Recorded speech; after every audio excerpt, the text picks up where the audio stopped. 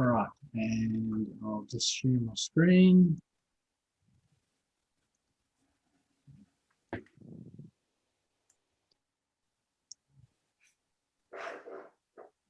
And we will get underway.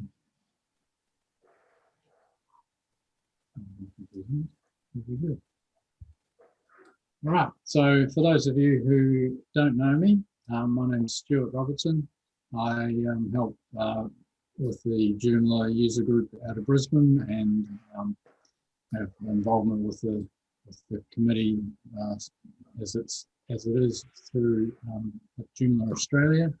And tonight's presentation will basically be on j2store. So there's a few other little things I just want to get out of the way first. So quick agenda. I'm going to do a quick welcome. We're going to talk about e-commerce and Joomla with a general overview and a bit of a dive into some of the j2store functionality. We have a general discussion after that, which is about where the organisation is for Joomla Australia. Hopefully we can get some input into where J4 is and anything else that anybody else has that they wish to raise. And then we'll all bugger off for beer and food. So that's pretty much how it's going to go. So just an official welcome. We haven't done this before, so I think it's something that we need to start doing as an organisation. So we would like to acknowledge the traditional owners of the land, sea and communities where we gather and pay our respects to elders past, present and emerging. We recognise their custodianship and role in caring for and maintaining this country over thousands of years, and may their strength and wisdom be with us. Just a quick code of conduct. Obviously this is a peer group for the benefit of all the participants. So please be courteous where you can. Let others have a fair chance to speak and contribute. Obviously, we're not going to tolerate any bullying behaviour. Anyone who has any technical issues, either phone somebody or let us know so we can help get connected. And that may be after this event. If we find anybody who's had difficulties, we can get them sorted out for next time. And depending on the speaker, either ask questions during the presentation or we'll hold them over until their presentation is complete. So in my case, I'm happy to field questions as we go. You can also add questions to the chat window during the presentation. And please, during the presentation, if you can mute your microphone, unmute it to ask a question and then remute it again afterwards would be appreciated by all. And just a note that we are recording this for follow-up and we upload that to the YouTube channel afterwards. So that's the roundup. And so basically this presentation is about e-commerce and Joomla. And obviously when we talk e-commerce, there's lots of different options in the market, both in Joomla and elsewhere. In WordPress, we've got WooCommerce as pretty much your one and only option. Drupal, there's Drupal Commerce and a link to ECWid. And others in the market, there is a range of different options: Magento, Shopify, OpenCart, Wix, Squarespace, GoDaddy, PrestaShop, Zencart, and on, and others including Facebook and eBay.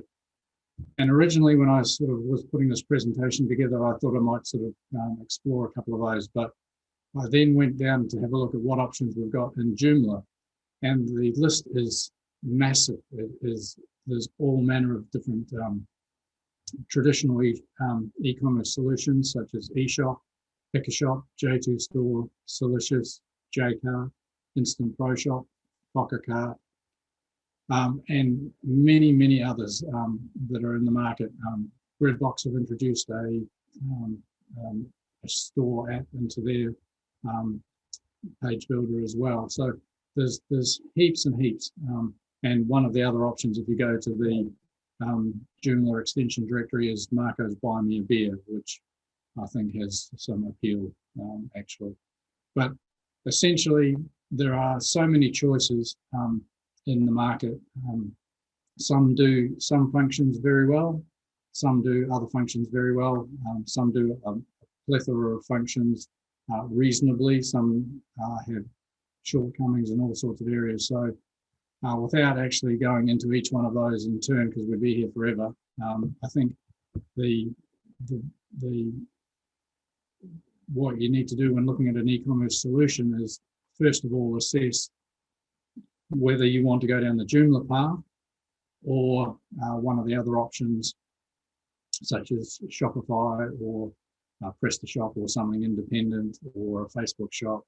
And then once you've worked out what your strategy is, to then fine tune which option that you want to choose based on functionality that you require, because no two e-commerce solutions are the same. Everyone has something different, a different sort of option that they want to focus on. But yeah, there's a huge number of choices. And also, it's important to look at what sort of support you're getting from each of these vendors. I suspect that as we progress to version 4 of Joomla, that some of these options will sort of fail to make the cut and will drop off the extensions directory for Joomla. So why are we looking at j2store in particular? Well, for me, it's one of those e-commerce solutions which it offers a lot of functionality, but more than that, it's based on articles. So it allows you to get up and running really, really quickly. There's a pro version and a free version. They have pretty good support, and they have a multitude of add-ons to get you the functionality that you require, including over 75 payment gateways of different types, and 60 other apps and integrations. And we'll go through a few of those as we progress through the presentation. So some of the other reasons is that, and we've talked about in previous Joomla meetups, membership systems. We've talked about a couple of different types of those. Nathan did a great presentation on Membership Pro and what have you. There is an option within j2store to have not only conventional products, configurable products, digital product downloads, but you can also do memberships and subscriptions and bookings and reservations, all in one similar interface.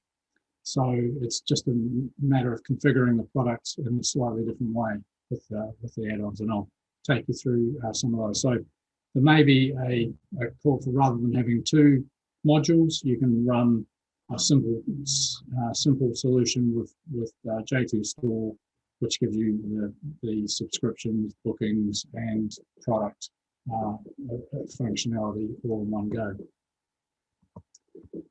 So what I want to do is just go through a bit of the basic configuration. I'll have a look at a couple of different sites. I've got one that's just like a demo site. One is a site in progress, and we can talk about that. And we want to look at some of the item setup functionality, categories, menus, how we can use the shortcodes, how we can configure the email templates and so on, and a little bit about custom fields and how we can use those. Plus, one other thing which is pretty handy just generally, and that is a module called CW Multicats. So we'll have a look at that as well.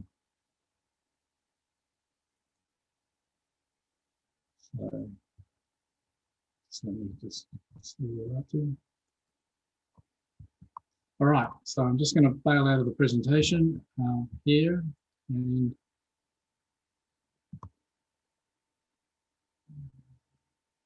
okay.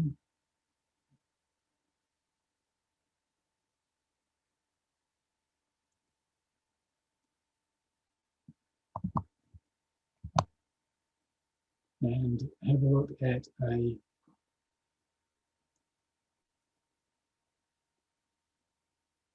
okay. So what I'm going to do is just basically go into a pretty vanilla site.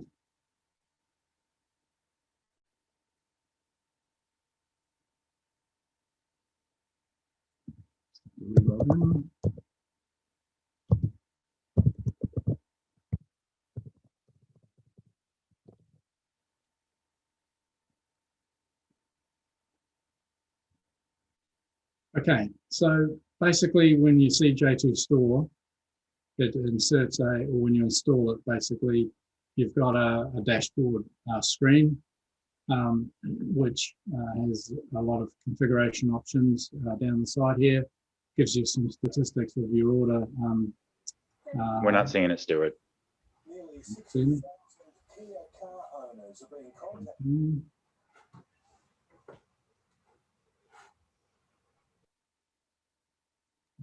Let's see.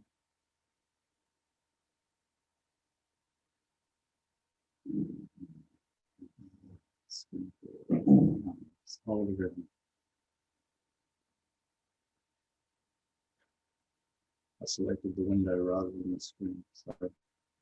All right. So now we can see. Thanks, Mick. So basically, we've got the j2store dashboard up here, which has some configuration options and localization and so on down the side. Has some order statistics going across the top here, and also shows you your current status of orders, which you can drill into on the front screen here.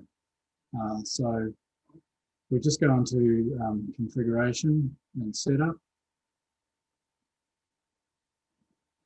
So we've got quite a lot of configuration to do, and it can be a bit overwhelming and tricky to get right, is one thing I will say. But once you've got a bit of a model going, then the rest is pretty straightforward. So you've got some options here as to whether to load the j2store CSS or Font Awesome or Fancy Box. I haven't quite worked out what Fancy Box does exactly, so don't ask me about that.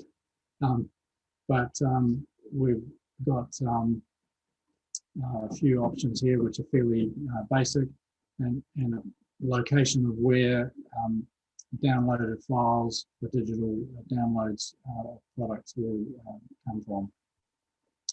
Then on the store, if you have a licensed version, if you have the Pro version, then you'll see your license key option here, and details of any cron which is used for certain processes. Obviously the store name and details, and your default currency and weight measures are on this page here. In the product area, you can have this as a store which has pricing, or a store which only has a catalog function. So essentially by switching this into catalog mode, it disables all the cart functionality, but still lets you display as all the rest of the as though it was a catalog. Again, globally, you can switch off the show the SKU and manufacturer and the brand. You can show or not show the quantity on hand. So depending on whether you manage your inventory within j2store or externally, and you want or don't want to show that inventory, you can show that on both the cart and the product views. You can show or not show the price, which obviously in most cases you would want to show the price, but not in all cases. And one of the other options here is to show the base and regular price. So if you're offering any discounted pricing, then it'll show was, now, crossed out, etc., etc. One of the other options you've got globally to set is the product option pricing. So if you have, building a hamburger and you've got additional functions which you want to have as optional add-ons, you can price those separately and show those prices as well. And again, for the product options, you can show or hide a small icon there. Here's where we can decide whether or not At a global level, we want to manage inventory. So this will then keep a track of the stock we've got on hand and any sales. And we can therefore show the product quantity on hand at any given time. Now we can set that later at a product level as well. And basically, this function here allows us to release stock back after orders have been cancelled and after a certain period. So some of the other things we can set are the minimum quantity for sale and maximum quantity for sale. I can't think of an example where we've used these functions, but we can set a minimum and maximum sale quantity, which at a global level and can be overridden at the product level. Taxes, obviously we can set tax inclusive or exclusive, and we can have multiple different types of taxes. Obviously in Australia we have some products with 0 GST, some products with 15 up with 10% GST, and in New Zealand we have 15% GST sort of options, so we can handle all of those. Discounts, so here's where we can enable or disable coupons and vouchers, and once we have enabled them, we can set different types of coupons up, which we can go into in a little bit later in the presentation.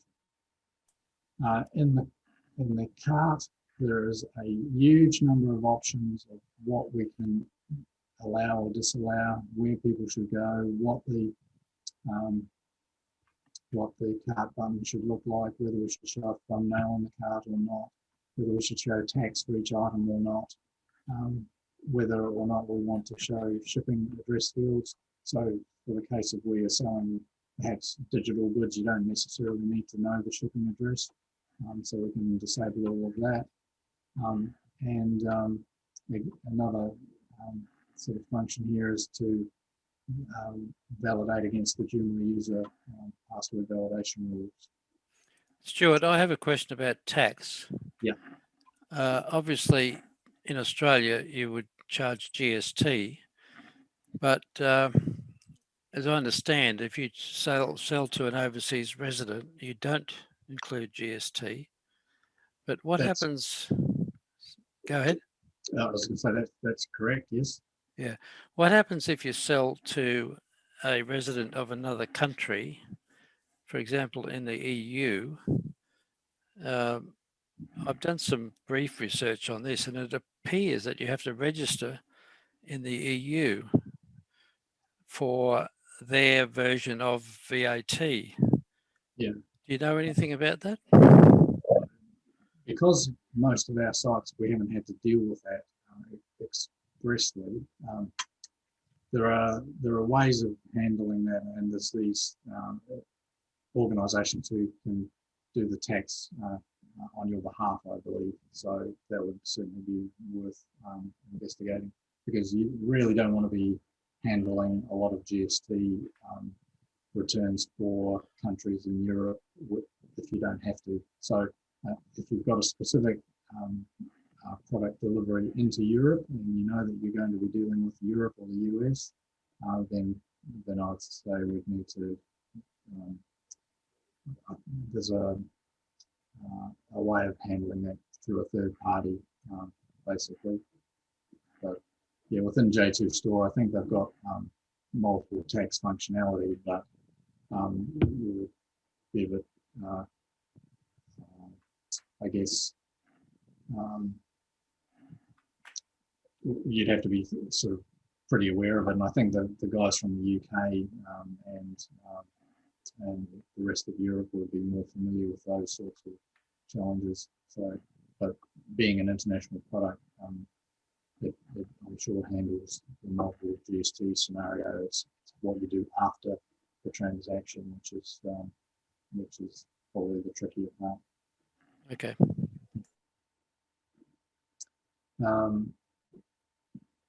and that would probably be where you pass your transactions into your ERP system and deal with it from there.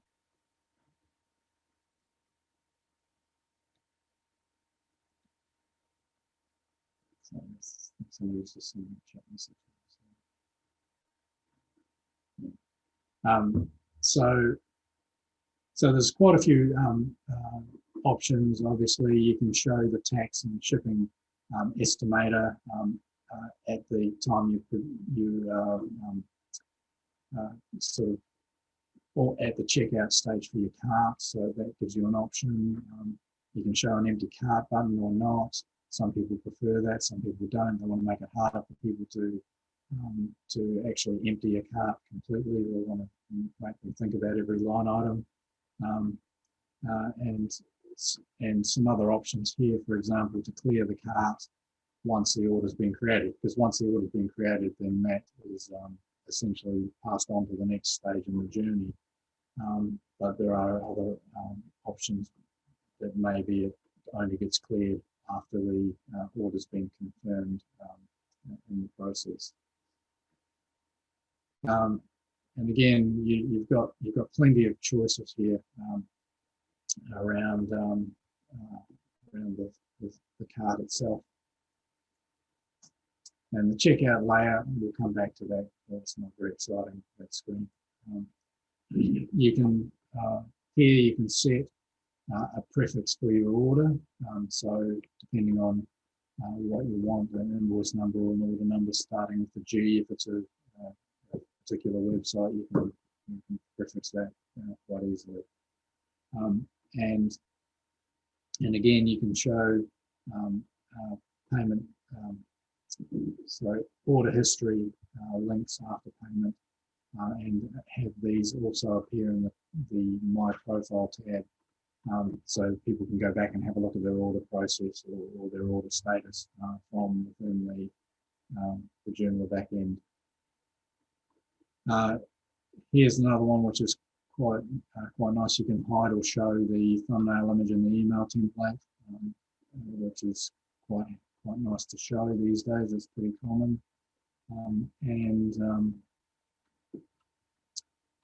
Then the other sort of key area here in the setup is, in the basic setup, is showing terms and conditions as a checkbox or a link, and you can choose a regular article and show that on the way through. So there's quite a lot to go through those individually and just see what you need to set up for each one. But once you've got that sort of basic setup in place, you can then start sort of building up your store. And depending on what type of items you have in mind, and again, with any e-commerce solution, you're going to have to sort of map out your strategy first, because there's nothing worse than getting started down a process and then realizing actually you should have had that in a category or that in a category, or it would have been better to code my items in a particular way so that it made more sense down the track, or you know, and have I got configurable items, or have I got items which need sort of some adjustment. So there's a whole area of localization. So the localization basically will start with countries, and here we can basically enable transactions from certain countries to take place. So by what my process is normally is I simply deselect every country and then select the ones that I want. I re-enable them, which is the simplest way to approach this, because otherwise you spend your life going, oh, I really don't want to deal with Afghanistan or Albania or American Samoa, and so it's better to basically defunction them. You know that your market's going to be Australia, New Zealand, and the US, or Australia, New Zealand, and Fiji, for example, local Pacific countries, and the rest I would just disable straight away. And the zones relate to the countries. So basically, if you have disabled all of your countries, then the zones don't become so important because that's Queensland, New South Wales, Western Australia. So it may be that you only wish to sell to Queensland and New South Wales, so you can basically restrict your country to Australia and restrict your zones to just those two states.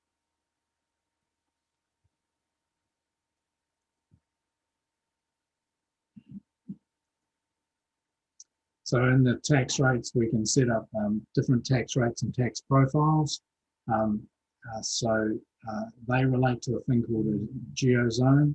So a geozone would almost mimic the country in our case. So Australia has a default tax rate, New Zealand have a default tax rate.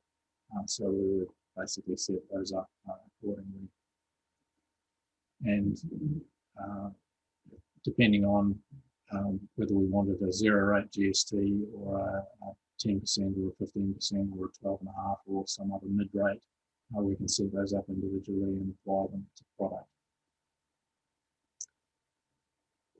There's settings for lengths and widths and weights. Basically, we can enable or disable those. And obviously in the original settings, we could determine whether we wanted metric or imperial measures as our default. And then down here further, we can create additional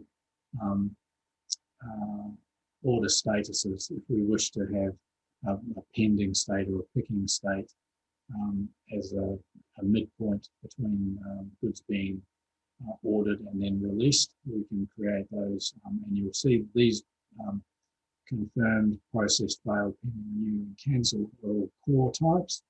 But if we were to add a new type, it would become a user-defined type, which we can then make changes. And so that's quite handy for when you're doing any integration. Okay, so once we've got that sort of localization dealt with, then we can basically get into the items themselves. So again, the products, which we'll come to in a minute, we'll build up a product, are based on articles. We've got inventory of those products, which we can say, how many we've got and what status they are. And I'll come back to that in a minute. And then we've got options. So we can add various options to products to make them selectable. So size options or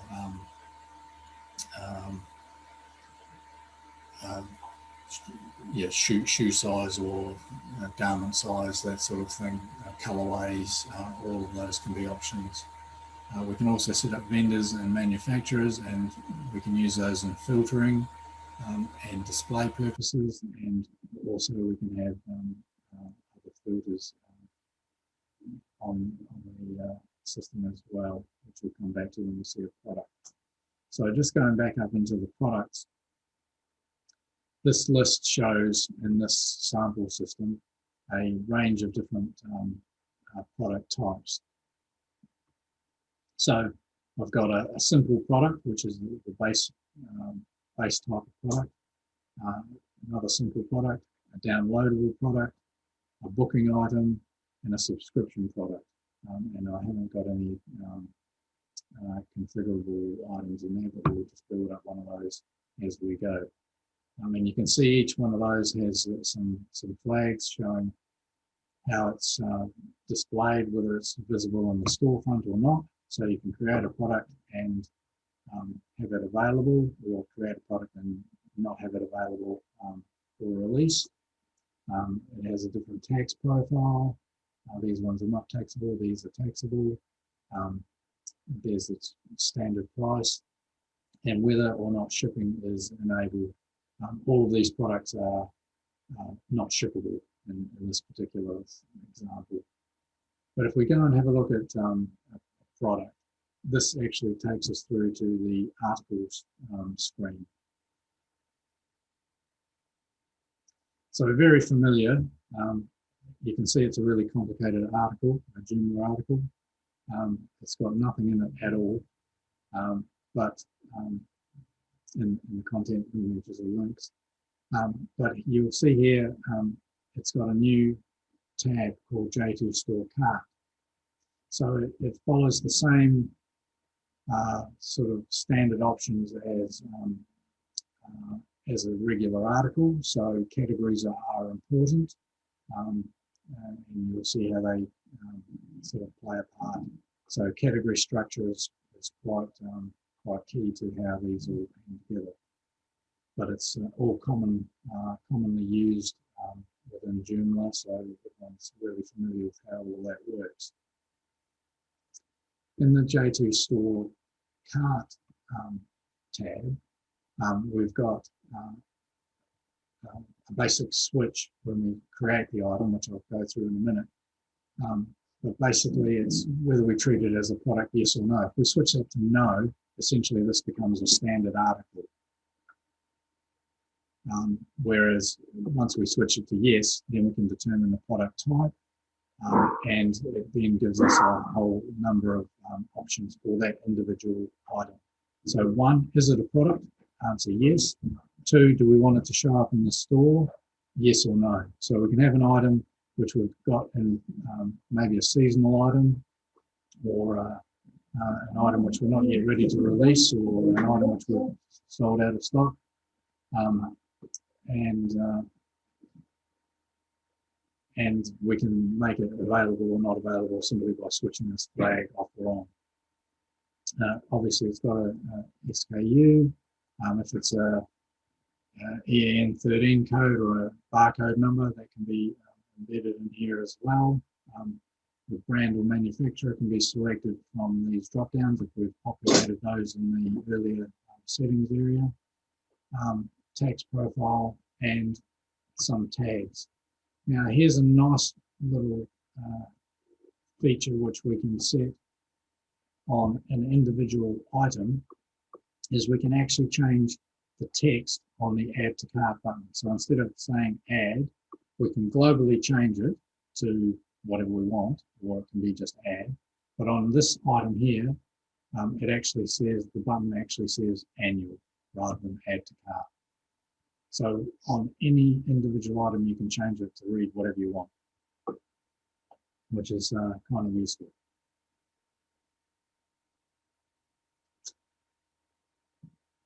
And then just going through the different sort of sub-tabs, we've got pricing. Now this is a subscription item, so I'll actually go and find a regular simple item first, so just bear with me.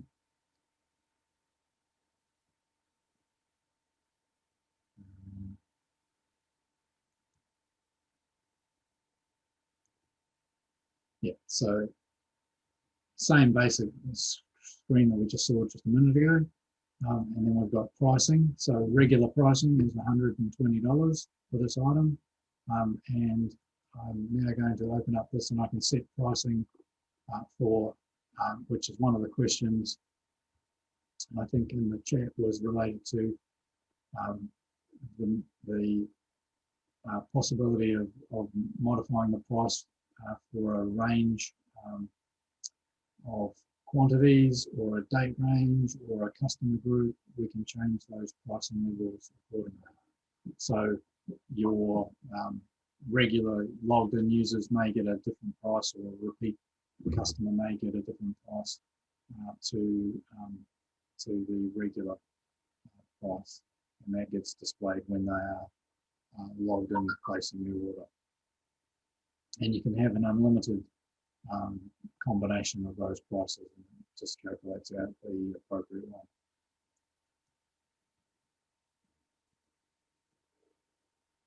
So the inventory, again, on an individual item, we can determine whether we do or don't wish to manage the stock of an item. We can say what the current stock quantity is, whether or not we allow or don't allow, or allow and notify a customer if the product is out of stock.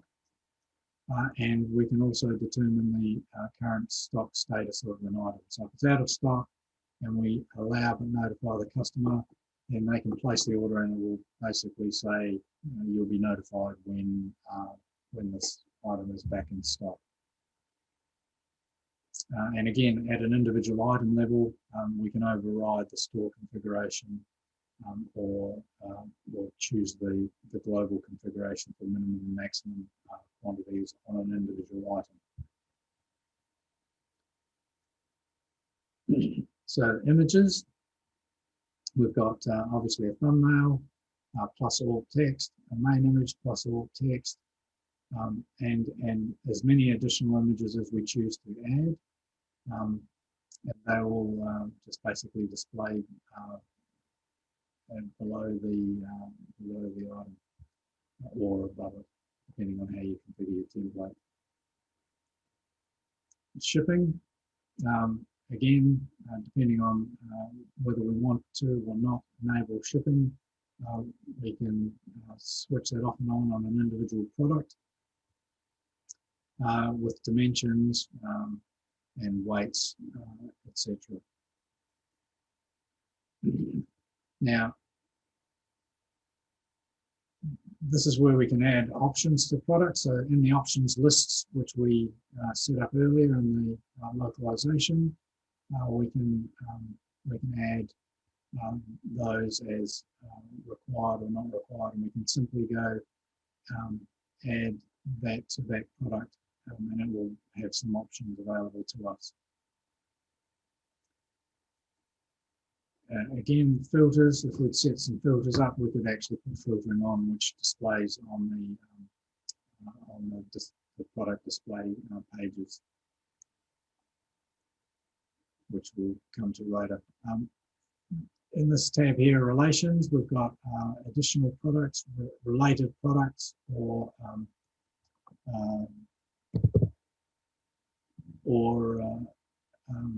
cross sells as well. So these can appear at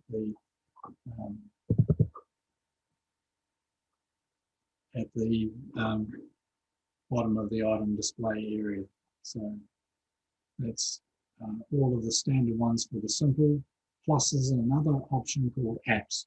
So when I first talked about j2store's additional 60 apps or 60 plus apps, there's all sorts of different apps, some of which are product specific, and if they are installed, they will show up here. So this one here is not relevant for this particular item, but what it is a user group list.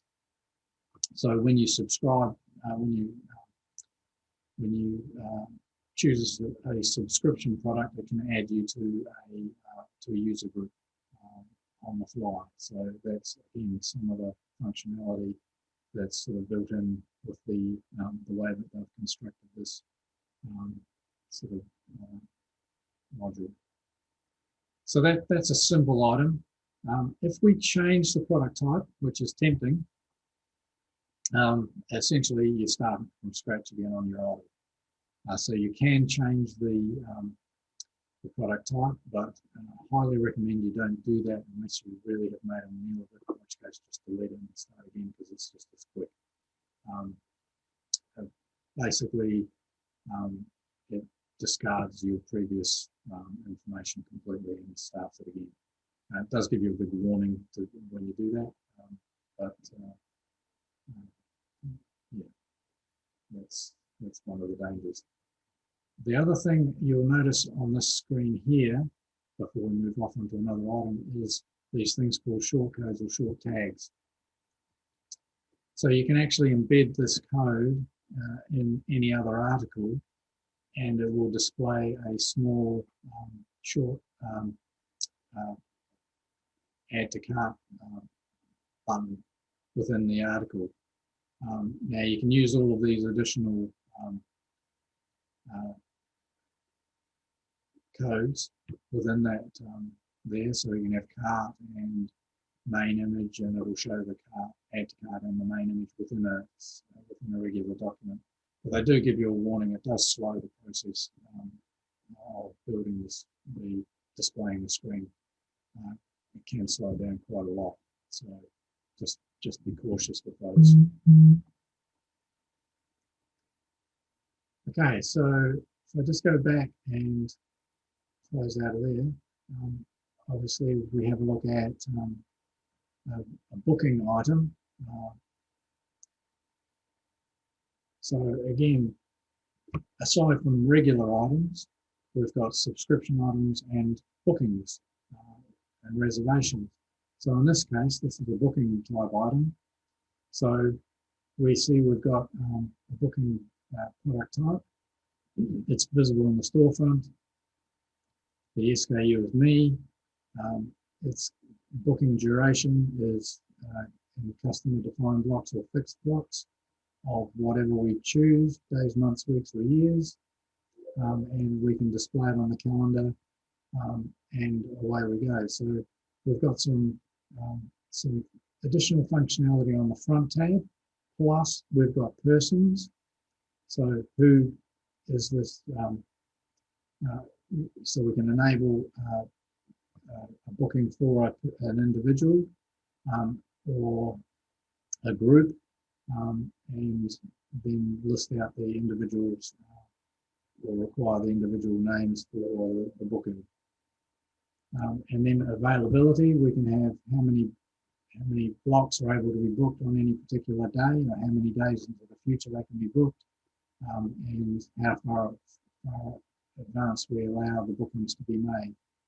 And again, here we've got time blocks of 1 hour, for example, and we're available all week from 9 till 3 o'clock. But we can put blackout lists, so we can say, except for 1:30 on a Wednesday, he's not available ever.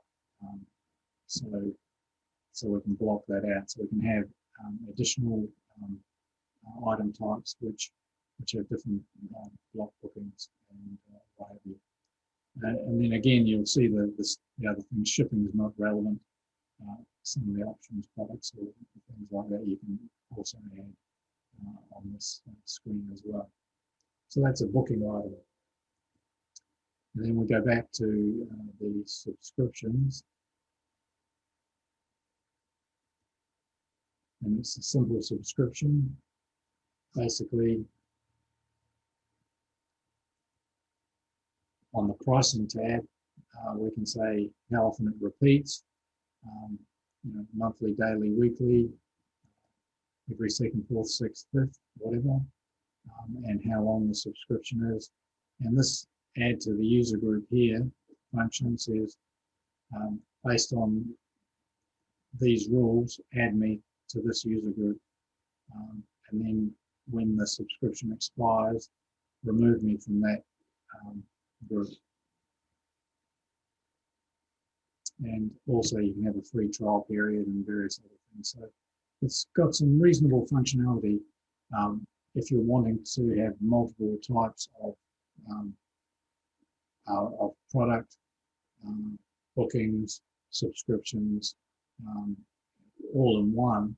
Then you've got some nice simple options within one simple sort of interface. So if we just create a new item, you can see down here we've got the simple, variable, configurable, downloadable, and then the booking item, the simple subscription, and the variable subscription. Now, in the demo version, the options for memberships and subscriptions and bookings, etc., all come through from the additional apps. So if we just go to the dashboard and go to the apps, you'll see that there's a few apps already installed. Oops. A few apps already installed. So the booking app, the flexible variable app, the subscriptions products app. And basically things are there like a wish list, and various other things are all available to install as little extras, so mini modules, if you like, mini components. And once you've installed them, you get that additional functionality coming through in your product setup screen. And also, when you install the bookings and subscriptions, you can see the bookings which have been made and what status they're at. For example, here,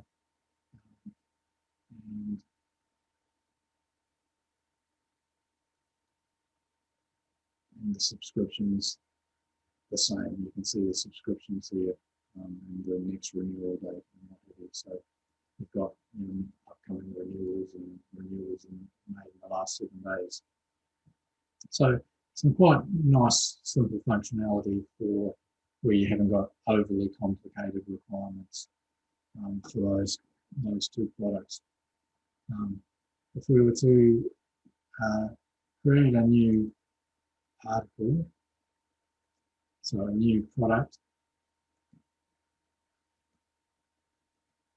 and we create a variable product,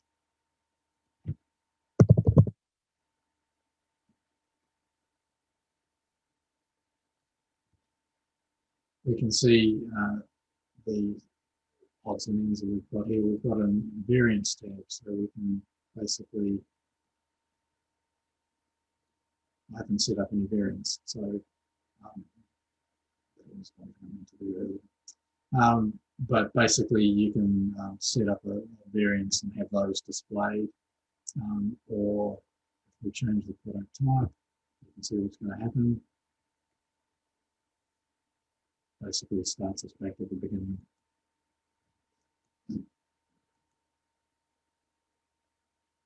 Now it's a configurable item with options.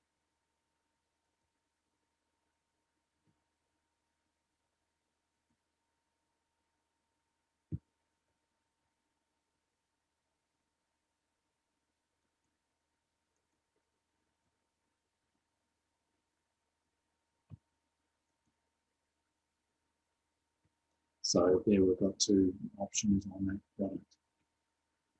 So that's the basic sort of how the product setup screen is. It's pretty straightforward once you get the hang of it. So coming back to why I like j2store, it's based on articles. It's pretty straightforward to get up and running. Obviously, we can categorize the items the way we want. And that's what we're accustomed to. And how that sort of looks in the front end, basically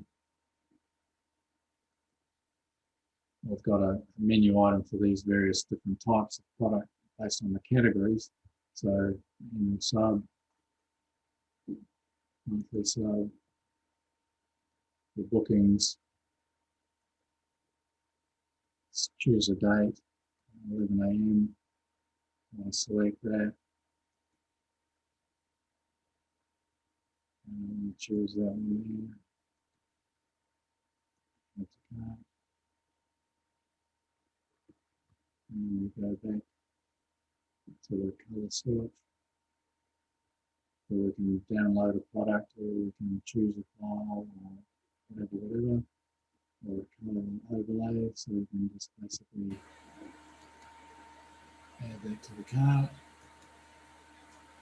And you can see all of these items have just added to there just as though they were regular items. So you can have a mix of products in the cart, and obviously things like coupons and what have you as well. So there's quite a lot of good sort of core functionality in there. Now, how a lot of this hangs together is based on the articles categories. So Obviously, we've structured this category structure according to what we like. It's making some plan, obviously, to start with is good, because once you've got these things in their categories, then you can start to really configure the menu items. So if we have a look at our subs, for example, it is a j2store list type. And from there we can choose the categories which we want on this menu item drop down.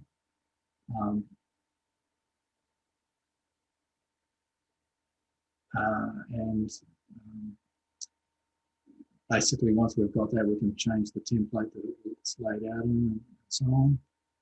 But we get a lot of options in the subsequent menu tabs to really work out what we want to do with them. So how do we want to order them? What we want to show? Do we want to show the quantity field or the product price options or whatever? Do we want to show a breadcrumb? And then again in the item view, once we get into the category listing, which will become a bit obvious when I show one of the sites we've got in development, we can do things like how many items do we want to display? How many columns across do we want to display that in? How deep do we want to go in our subcategory leveling? And do we want to show all products or features? Do we want to show titles? Do we want to link the products, etc., etc.? Do we want to show this thumbnail and how big do we want it? Do we want to show the SKU? Do we want to have a filter bars on or off when we come into the category? Do we want to have them at the side or the top, left or right? Do we want to have sort filters, price filters? Do we want to have them open or closed? So there's quite a lot involved in actually setting up the first one of these. So once I've got my categories set up, my items in the categories, I then plan how we want them to look in the menus, because this is actually quite complicated. If you make a change and you've got a quite complex menu structure, it's much easier to change one and then copy it than to have to go through 100 menu and sub-menu items to change 3 or 4 fields on each. It can be very time consuming to do that. So you can see there's a heap of different options, and comparing side by side. If you have one category that you've set up that you like the look of, or one menu level that you've set up that you like the look at, then you can obviously mirror that on others as well.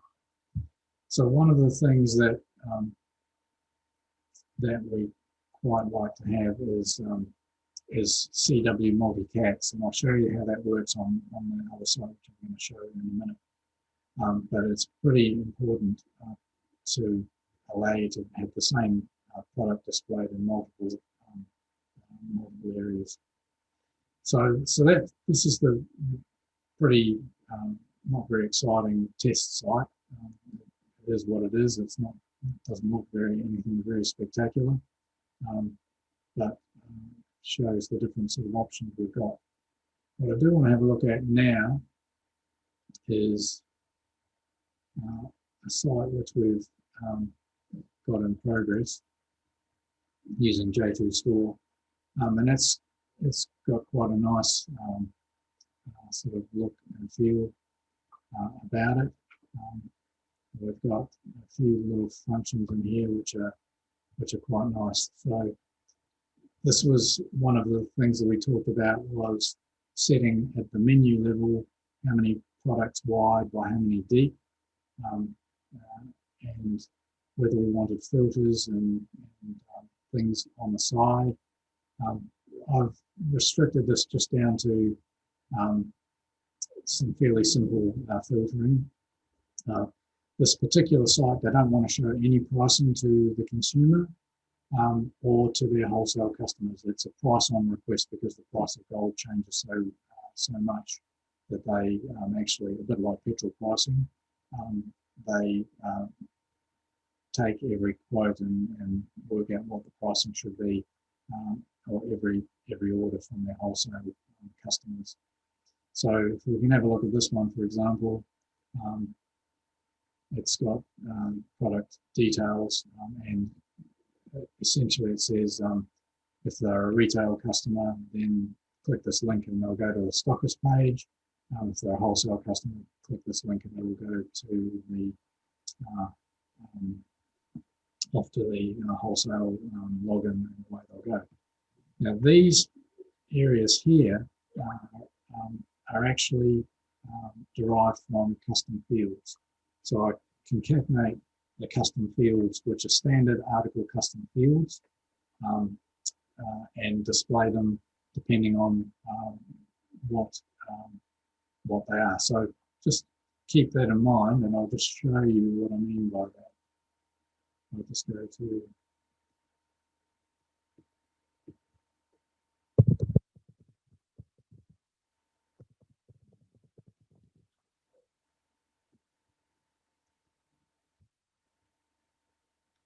so let's just find GIR. So we're looking at the same item.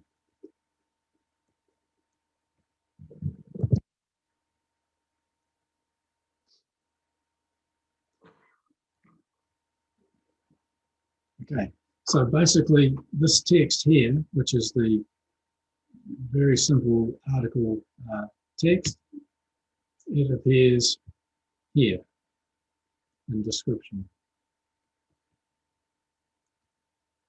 The rest comes from j2store cart, j2store cart, and custom fields, which are hidden.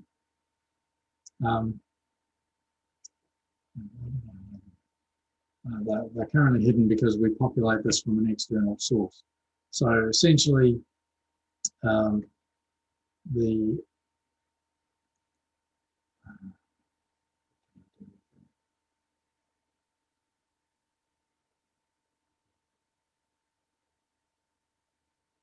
just bear with me one second so that we can see.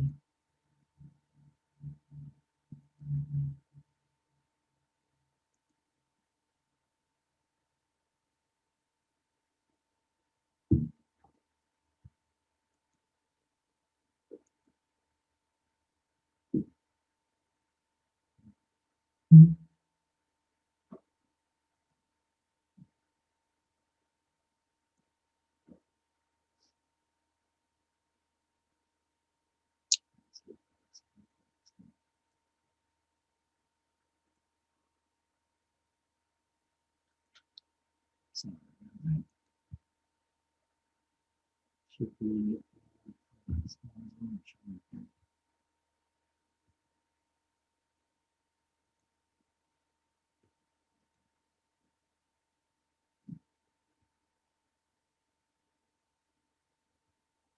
that's good.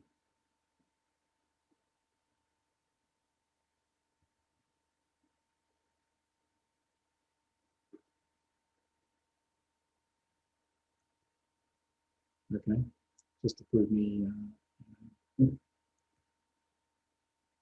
wrong.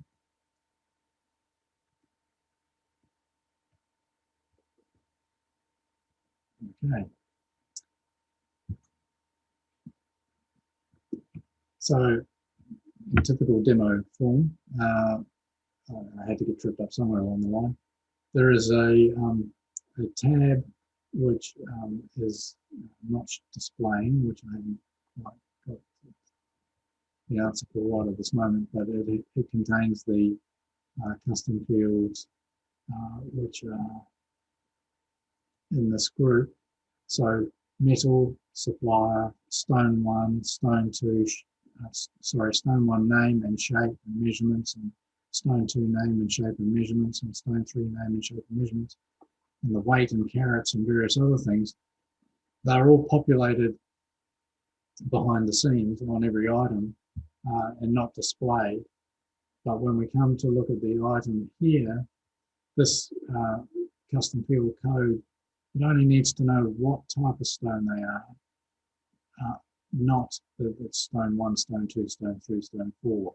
So basically it concatenates whatever it finds in this various stones field, stone name field, and shapes, and displays them in a block.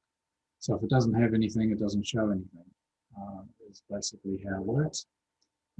So that's a little bit about how that works there.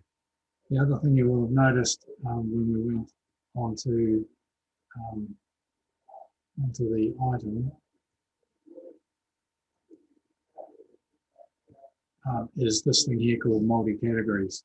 So this allows us to put this item not only in rings, but in a subcategory, and we can therefore use that in the menu where we're looking for to display certain items in certain categories. So it really gives quite an advantage to be able to use that where we can prevent duplication of items, but display them in multiple places. So what else did I have to look at? That's pretty much all I wanted to show. There's all manner of different functionality, but you can sort of see the depth of it and how nice it is to be able to use the common interface of Joomla articles. It's very familiar. We can interface to it externally and build up those articles automatically and build up categories automatically. So that's pretty much what I wanted to show. So I'll open the floor to questions, and we'll see what everyone has to say. I like the comment in the chat. What's that? I like the question in the chat. You left a question in the chat. Probably better to manage your inventory. Message for you.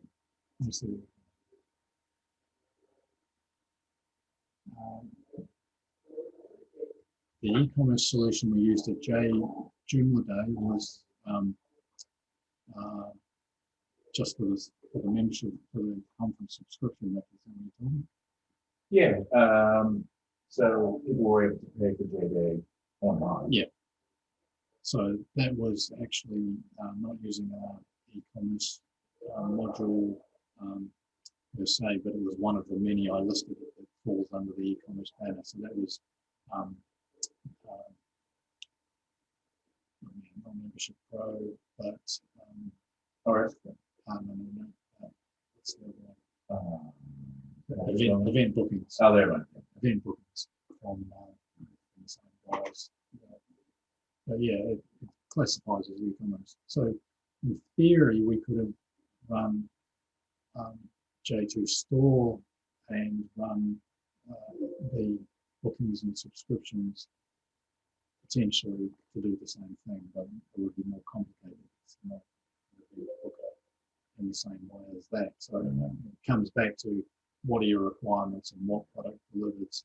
You know, j2store doesn't fit all purposes, but it's quite flexible and it's got some good all-round functionality. But j2store would struggle with that sort of conference booking sort of arrangement. Well, I guess this leads into another question where all these Joomla groups around the world are wanting to run their own J-Day. It would be really, really sweet if there was someone who went through and said, this is the way you set up your J-Day. This is the right one. This is the right e-commerce. Here's how we used it. This is why it's ideal. So have you learned things over the years to say, yeah, you should use event booking, or yeah, you should use j2store for a J-Day? Yeah, well, that's right, and that would be, you know, a bit of a given that what we did with j2store with J-Day 2019 in terms of the the bookings and event registrations worked pretty well.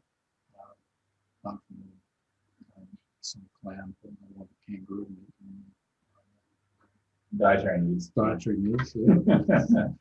Don't know who that was. But basically that blueprint, we were ready to use that same concept for the 2020 aborted Melbourne. COVID abort one. And there's no reason why we wouldn't use that going forward. So yeah, I think there's horses for courses. And you've got to look at what sort of functionality requirements you need, whether you need just a simple payment button, or you need a more complex inventory management, or you need multi-currency transactions. And that's one area that j2store doesn't offer multiple pricing in various currencies. So if you need an Aussie dollar site and you need a US dollar site, you actually have to separate those completely. Yeah. So there's no currency conversion. It's a one currency system. I think I just saw an article or a post online somewhere talking about there was some Joomla developer who's only accepting Bitcoin. He's going cryptocurrency only, and he was bragging. I think it was a brag. It was showing off. So it'll be interesting to see how long it takes before all the major ones are going crypto. I don't know. I don't do any cryptocurrency business, but I suppose you can't keep avoiding it. At some point, that could go through. Okay, excellent. So, was there anything that you learned, or any failings of the setup that you sort of come up with for Joomla Days? That it was good for event booking, but did it fall short on other things that you wish it did better? Well, we had no merchandise sales, so that wasn't an issue for us. But if we had additional merchandise sales, that might have been something where we would have needed an e-commerce solution of some description. But what we tried to do with our J Day was run as much Joomla as possible, which was relatively successful in achieving our goal. Yeah. All right, cool. Any other questions? I don't know. Have we got any questions from the floor? Stuart, it's Greg. Yes, Greg. Just wondering about payment systems and gateways. Do you have to establish your gateway provider independently and also deal with your bank merchant license, etc.? Right. So basically, if I just go back into setup here and just walk through that. Basically, you need to one of the options is the payment gateways, and you can use Stripe or PayPal or various other of the 75 payment gateways. So I didn't really touch on that, but payment methods, and you can see in here that it comes with bank transfer, which is bank transfer, cash and delivery as standard, but also with PayPal standard. You can get PayPal Pro, you can get Stripe. They're actually really easy to configure, but you still have to have your own payment account for Stripe or whatever you choose is suitable. Is that an app, Stuart? Yeah, the Stripe app? Yes, correct. Yep. So there's even one. I don't know if anybody's ever used it. Called, which allows you to do EFT essentially. It's called. Help me out, Britt. What's it called? Not E-Way. Virgin used to use it for their flight booking. You could basically, it opens up your bank and you do the transfer on as though you're logged into your own bank. So essentially, it's as good as FPOS on the web. So there's 75 something gateways of varying descriptions. Some of them are unlikely to ever be used in Australia. The Polish ones and international gateways of varying descriptions. And the same with the shipping interfaces. The shipping interfaces are many and varied as well, and you can just get an app for different shipping. So, Polly, yeah, that's it. Yeah, that's it.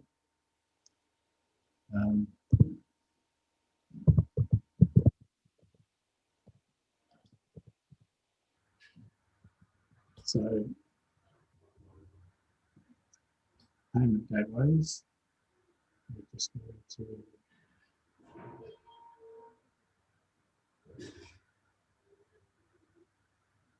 Stripe, Square, PayPal, and Braintree, and 2Checkout, and you can see we're just going on and on and on and on. So, and including Afterpay, they've got an Afterpay gateway as well, which might help them get up and running. And essentially, you just buy it, install it like a little through their app installer, and it's configurable from there. So pretty straightforward.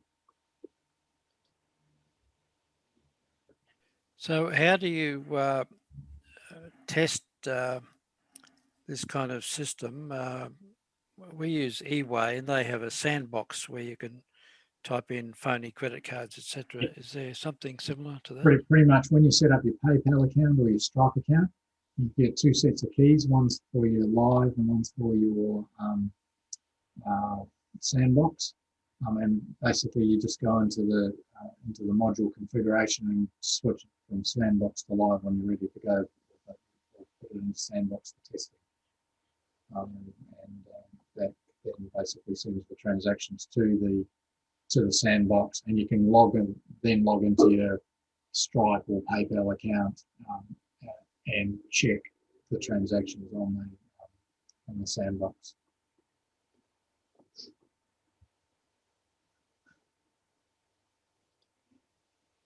So yeah, there's heaps of different apps for shipping and reporting and other sort of affiliates and taxes and related products and searches and various other things. So there's different ways of displaying the cart. The wish list is another good one, where people may or may not want to add it to the cart, but they can add it to the wish list and then email the wish list. And then they can basically log back in again and convert that all into a cart item as well. So it's got some pretty nice functionality in that regard. My question was more whether you need to negotiate with the gateway provider first and establish an account and all that kind of thing, and then install this gateway app. Is that the way it works or not? Pretty much, yes. So if you're wanting to take Stripe transactions, you have to have a Stripe account. Your Stripe account is connected to your bank, so they do that part of it, and j2store simply interfaces with the Stripe account that you've already got, or the PayPal account that you've already got. Yeah. It's an amazingly extensive system and extensible. But it also suggests that it's something you've got to take some time to get across. Yeah, there's no question. You've got to plan and you've got to have a go. Structure is really important, and I say that for all e-commerce solutions. I guess if you don't have a good structure to start with, you're on a mission to nowhere because you end up rebuilding, from the ground up again. Most shopping cart systems take a bit of effort to set up. Yeah. Unless it's something like Equid where you've just got to pop in your products and your price. And it's really basic. There's usually a little bit of configuration involved. Correct. Mm. Planning is the key. And like, you know, one of the challenges with e-commerce is unless people have got a good solid back end ERP system already, where they've got all that structure in place. If you're having to if they want to go e-commerce, launch a website and sell their product, and they don't have a good structure already, you end up having to sort of re-engineer their whole business to make it sensible, so then products are aligned to categories. They've got a good pricing structure, and you can do updates easily, because at the end of the day, if you've got 5,000 products, you don't want to be doing that manually. You want some form of automation, and again, that's where j2store is relatively easy to interface to have it create items as code that exists for doing that. Even when you're doing your initial setup, if I just go back here,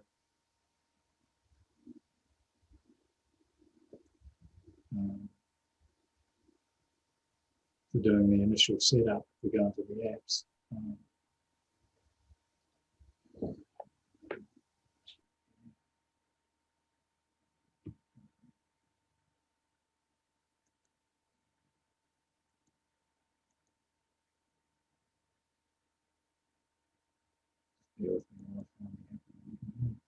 So you can do advanced imports of CSV. You can also use their custom contents, custom fields. So this is a module or an app which you can use to pull standard custom fields in.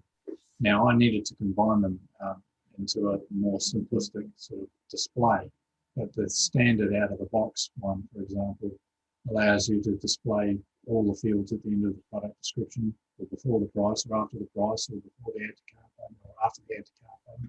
So you've got a lot of options to do, and what category fields you want to show, and what product fields you want to show. So you've got quite a lot of flexibility in that area again, and the custom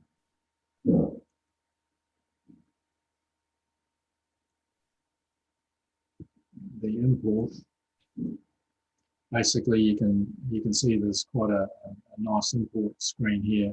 It's a bit ugly, but once you get past the ugly state, what it allows you to do is quite good. So you can actually create categories from an Excel file or a CSV file, create simple configurable or downloadable products from a CSV file, create your product options, your downloadable products, your variable products, advanced pricing and base price can all be imported in some way, shape or form. So again, it's an add-on app, but it does offer quite a quick way of getting up and running if you need that, rather than key them one by one.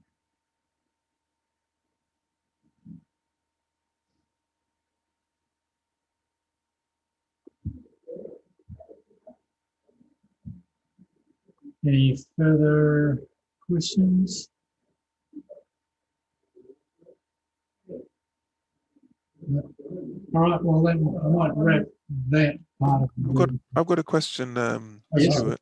I'm new to Joomla, so apologies for this being a simple question. You said that this is an article based. The products are article based. Correct. In this application. What would it typically look like if it was non-article based? How does that compare to a non-article based? Yeah, so basically, if we were to look at I've still got it installed or not. I don't. I removed it. But basically, it would be, for example, another shopping cart might be a component on its own, with its own tables and its own structure and its own categories and its own. So it'd have like a product section applied, where you click on products, and there would be a list of your products, similar to how the articles look, except it would be inside the component. Got So you. it Got would you. live inside the j2store option rather than in content. Right. So it would feel more like a separate sort of Yeah. whole section of the Yeah. application. Right. Okay. Therefore, Okay. would be less elegant to manage. Well, Right. Well, that depends on your point of view. that's right. There's, Okay. there's pluses and minuses. I think I prefer to keep it out of the articles section myself. I find it confuses it for some users to have their shopping cart inside their content area as well. and that's again, it's a bit of a personal preference and a client by client basis. So Sure. it may be that this suits the individual operation that you're sort of targeting it at, or it may not. So it's a case of just knowing what options you've got out of the myriad of solutions that are out there and going, that's the one that I'm going to deal with, and that's the one that suits me, and that's the one I understand, and I'm going to go with that. And it may be that none of the options that are in the Joomla world suit you, and you may go Shopify. Who knows? Although why do you do that? I'm not quite sure. But there's certain. I saw a presentation on this a couple of years ago with Stuart, and it's come leaps and bounds in that time, I would have to say, particularly in terms of the actual shopping cart functions and the options and all that kind of thing, which has probably been helped by the advancement in Joomla's custom fields a bit too, I think. Yeah. And I think using the custom fields is quite it's quite good. You just got to be cautious you don't get caught up in a overload of custom fields, because that can slow your search down quite a lot. As I found on one other site where I've got 143,000 custom field records. It slows things down quite a lot. I built a site with Sedlod once, which is a content construction kit. And it's, you build an application with Sedlod, and all of the records for whatever application you build, they all live in the content area. So it essentially writes its data to the Joomla articles table as well. Mhm. And the site that I built, like the application ended up having thousands of records. So to go into the content area and then try and find one of the 30 or 40 articles that was on the website, as opposed to the tens of thousands of records in the application, became quite confusing. And that's, if you had a shop with hundreds of products and they're all listed in the articles area, I just think it can be a little bit overwhelming for some people.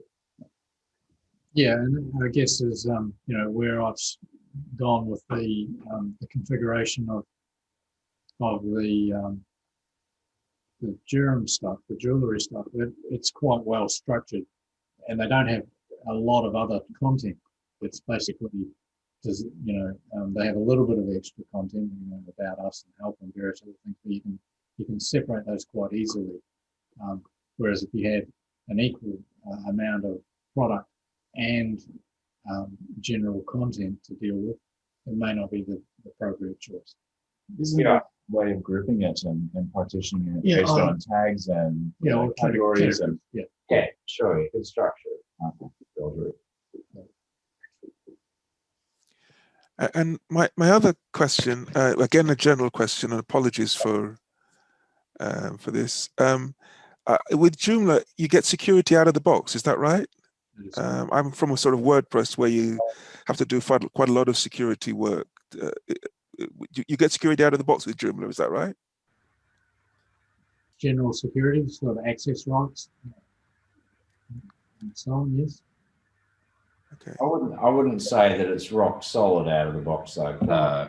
You'd have to get another extension like admin, Akiba admin tools or something like that. Every site I build has admin tools on it with a kind of default sort of configuration. There's a few other security tools like RS Firewall, a couple of others as well. Any system out of the box is going to have a default level of security, and WordPress does as well. you could, you know, have arguments till the cows come home over which one is more secure out of the box. But I think the reality is, you know, any system probably needs a little bit more effort than what you get out of the box to secure it properly. Okay. So you'd use WordFence or something like that, Clive? Yeah. I mean, although I found most of the security applications in WordPress quite complex, and and also there is some talk about the way the security, the way the plugins are, the equivalent of your extensions are managed in WordPress. It's not as rigorous as apparently as the way things are done in Joomla. So anyone can set up their own extensions and post it to the directory, and there are no guidance in terms of the coding standards. So some of the plugins are actually quite problematic in terms of security. You know, that's my understanding. I'm not an expert on this, but that's my understanding. I get reminded almost every day that a notification that someone's tried to log into the admin backend of the website that I run.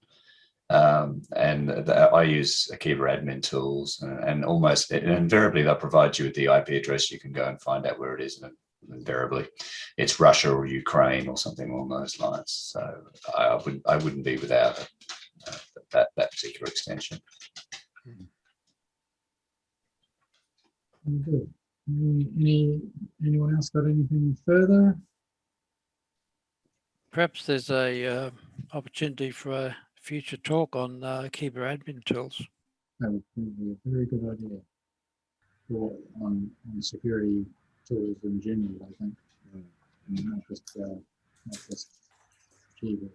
I'm interested too. The people are talking about using firewalls as well as admin tools, and so that's interesting to have the two of them. All we need is a volunteer. A firewall inside admin tools, Robert.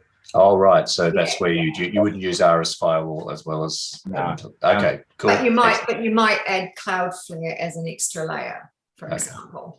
Yeah. Yes. One thing I wouldn't do, and it happens a lot on WordPress sites, I've taken over a few where I've had to fix them up. And often I go in there and there's 3 different pieces of security software installed. Mm-hmm. It'll be WordFence and security firewall for WordPress, or there's a couple of them for WordPress, and you see it with Joomla as well. And all you end up doing is slowing your site down. Because you've got 2 or 3 different pieces of software all doing the same thing, querying checking every query that comes into your website. So a way to slow a site down. So pick one and stick with it is my theory. Yeah, but I have to say, triple check.